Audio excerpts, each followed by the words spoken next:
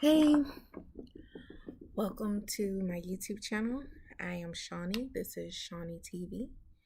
And I think I'm going to file this one under Seen It Already. Um, I don't know whether or not you guys can tell, but it is very early in the morning. It's like 4 in the morning my time. And I am up working because I couldn't sleep. So while I am getting my workstation ready, I wanted to talk to you guys about what's blowing up the timeline right now, which is this dumb feud between Tamar Braxton and Candy Burris Todd. And if you don't have any context on it, I'm going to explain it real quick. Way back whenever Carlos King, who is like the producer of Love and Marriage Huntsville and a few other shows, he was accused by Candy of taking or attempting to take the story rights to Escape's story and attempting to do the telling of their story without their permission. Candy was the loudest about it. She spoke about it and she said it ruined their friendship. And basically, she was really mad at him about it. Now, Candy, since Candy came out with these allegations, she has since had her story corroborated by not only the rest of Escape, but Mona Scott Young. So I tend to believe that she's not lying about that. Candy has a reputation of being transparent, even when it's uncomfortable and not favorable for her. So I don't really have a reason not to take her at her word. Not only that, but Carlos didn't deny it. I said about her. I don't talk about her in a negative light. I just don't, because there's nothing for me to say about her that's negative. Let me just start there. So when she went on her YouTube channel and was responding to people's questions on the comments, and they asked her if she and I had a relationship, and she was like, she made that face and voice. I wasn't offended by it. The thing is this, I'm not on the show anymore. I left the show. And people can create their own ideas as to why she's made that comment. But at the end of the day, I saw Candy at the She by Straight fashion show, gave her a hug, told her how proud I was of her. Me and Ty had a great conversation about the encore. I'm like, do you like the show? You good with it?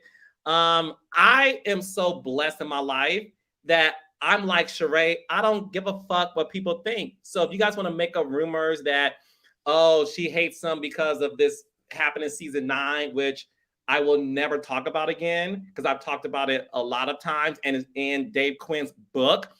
Reading is fundamental, and people don't like to read. And that book is so good. It's really good, but people don't like to read. And I know that at the end of the day, I have nothing but love for Candy. She's an icon. She's a legend. She is the first Black woman to win ASCAP Songwriter of the Year. She is a girl group member. Y'all know I love girl groups. I don't have a problem with her. I will never have a problem with her. And based on her saying that we don't have a relationship, I don't have a relationship with a lot of people. So there's that. However, in the midst of all of that, Tamar put out a tweet. No, it wasn't a tweet. Something in her Instagram stories. So Facebook, Instagram, they all one and the same. They're owned by the same people. Anyway, Tamar put it in her stories that she needed to hear both sides. And apparently Candy was mad about this, didn't tell her until she saw Tamar on tour. They were supposed to perform. Tamar saw her backstage. Tamar approaches Candy. Candy's basically like, I don't F with you. And they get into this hoopla about why. And according to Tamar, Todd walks up to her and says, you know what it is.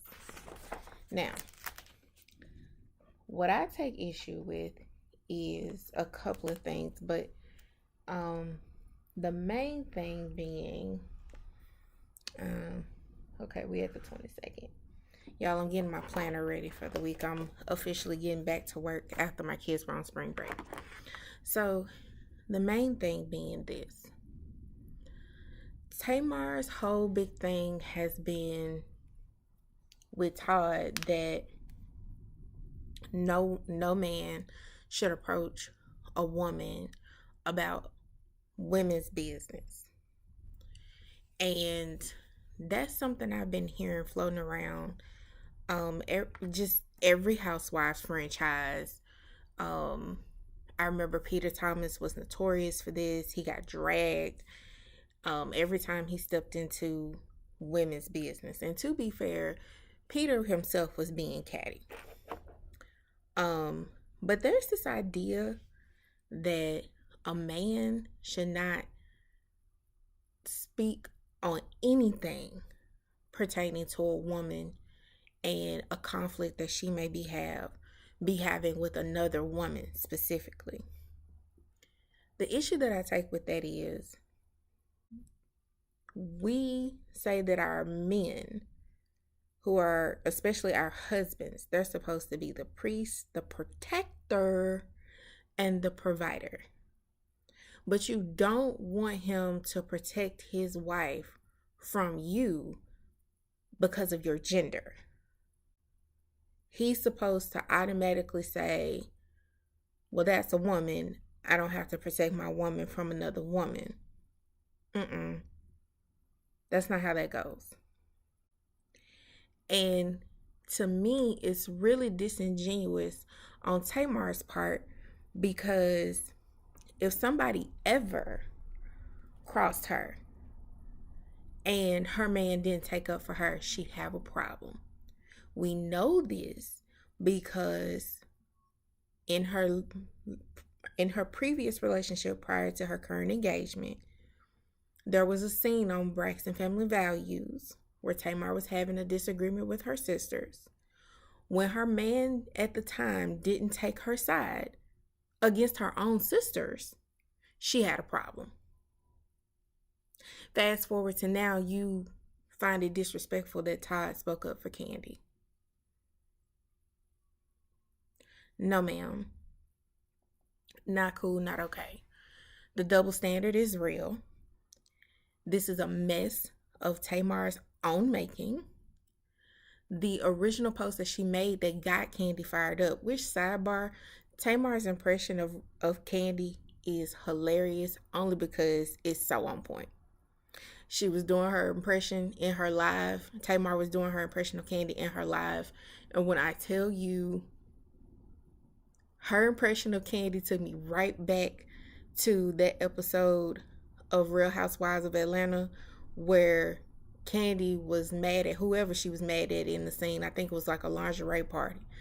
And she was just like, I will set it off in here. And just going out. That's what it reminded me of. Nah. But you said, and you did, and then you doubled down and put it in your story. I said, listen, Candy, I'm not trying to go there with you. You know, we in the middle of this hallway. And now by this time, people swarming around. You know what I'm saying? I'm like, we ladies, we shouldn't be doing this. We can go in my dressing room. Yeah, before I take it to the next level. I'll drag you in this bitch. And so Tamar's impression of Candy is hilarious but accurate. That said, if Tamar's rendition of the events of the night are accurate, which I'm assuming they are because, again, her impersonation was on point, then Tamar, you in the wrong. Period. And I'm a fan of both of them, but Tamar, you in the wrong. You got online and you spoke about something you didn't know when you had personal contact information for both parties, and you could have fact checked prior to making any social media post, and you chose not to. Second to that, because that was the first mistake you made. Second to that, you used the excuse in your live that you were asked a question. Just because you're asked a question doesn't mean you are obligated to answer. If you really felt like you were cool with Candy and y'all were friends or what have you, if you didn't really want to put her on blast, there was nothing there making you have to. Nothing. You have plenty of blessings to be talking about rather than Candy coming for you for something that you were wrong for doing in the first place. And that's the second problem that I have. And to be clear, the first problem is this idea that a man is not supposed to defend his wife from another woman. No, if he's priest, protector, and provider, he gonna protect. And gender has no influence over that. But my second problem is you did something wrong. You got called out for doing something wrong. And you somehow flipped the narrative to where you're the victim. The math ain't math, sis. It's not. You could have called Carlos, got his side of it. And the only reason I'm saying it like this is because Tamar said in her live that she was a journalist, which she is not. She is a award-winning talk show host, but a journalist, she is not. But that's what she said. She said she was a journalist and that she needed to fact check and have both sides of the story. Well, why you ain't need to have that before you made a social media post? Why you just couldn't keep quiet until you had the facts? You could have kept quiet until you had the facts. And I know why Candy got mad, because just even saying that implies that you think that there's a possibility that she's not telling the truth or not telling the whole story or withholding information or somehow being disingenuous. And we all know after that mess with Phaedra, Candy don't like to have her integrity questioned. So it was a trigger. It was a trigger. Now, to be completely fair, if Candy had that much of a problem with what Tamar put on the web, just like Tamar had Candy's number, Candy had Tamar's number. And Candy could have called Tamar and said, hey, yo, we need to talk. We need to talk. Like, the phone worked both ways. So I don't want to by any means say it was Tamar's complete responsibility to contact Candy.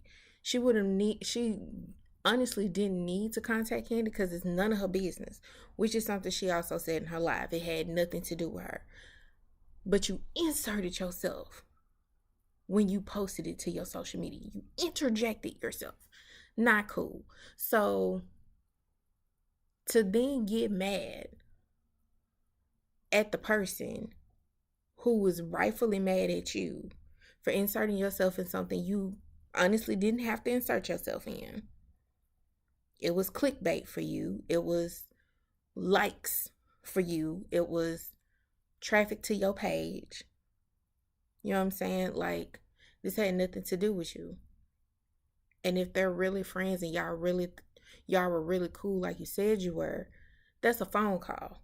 Sis, what you mean Carlos took your story? What you talking about? Y'all good people. I like both of y'all. Like, what's this about? Like, that was not something to post on social media. So, in my humble and honest opinion, Tamar is not the victim here.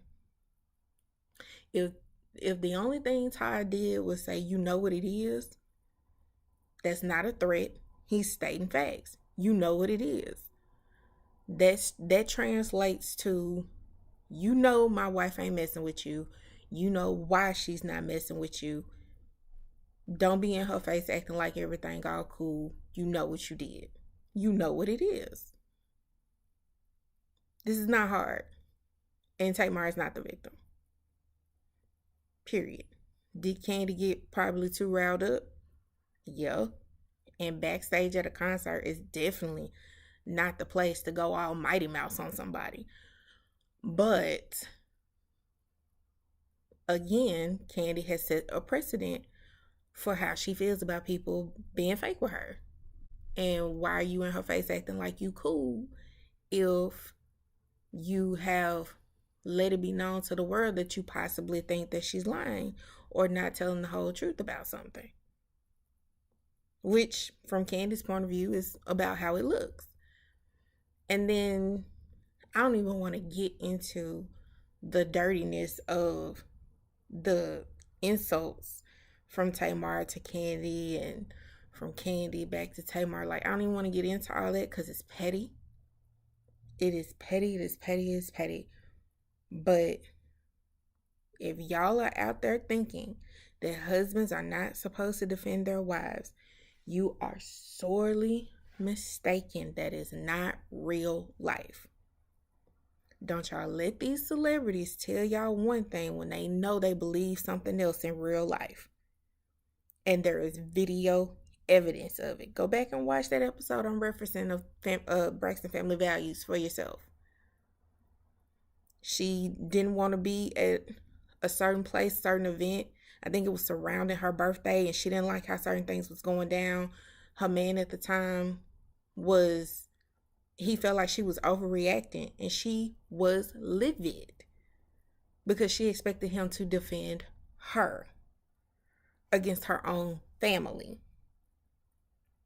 So that tells you that in real life, and I'm telling you this as a wife, do I expect my husband to put hands on a woman? Absolutely not. I can handle my own. But do I expect him to interject and set up a boundary that says, yeah, we're not going to do this. We're not going to do this. Yeah, I definitely expect him to do that. He better not be standing somewhere in a corner being quiet while I'm having a problem. Better not. Like, where is that defense? Yeah, he need to be there ASAP, quickly. And he don't need to be, he don't have to get physical with nobody, nothing, especially not my husband, because he's big in stature anyway. So I definitely can understand just how the visual of my husband can be perceived as a threat. But he is very much a gentle giant. He can handle his own if he needs to, but that's not typically the first thing we go toward. But what I'm saying is, if it comes to it, I expect him to stand up for me. That's what a husband is supposed to do. Todd did exactly what he was supposed to do. So all I'm saying is don't be fooled. Don't be fooled. Don't be misguided. Good husbands are supposed to protect, provide, and be a priest in their households. That's what good husbands are supposed to do. And saying you know what it is a statement of fact. It's not a threat.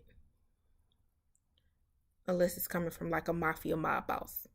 Then, yeah, you might want to be afraid for your life. But Todd by no means is a mafia mob boss. And you can't get mad at somebody for getting mad at you coming for their credibility. Something to think about. But that was what was on my mind. Now it's time for me to get to my real work. And I'll see y'all in the next video. Bye.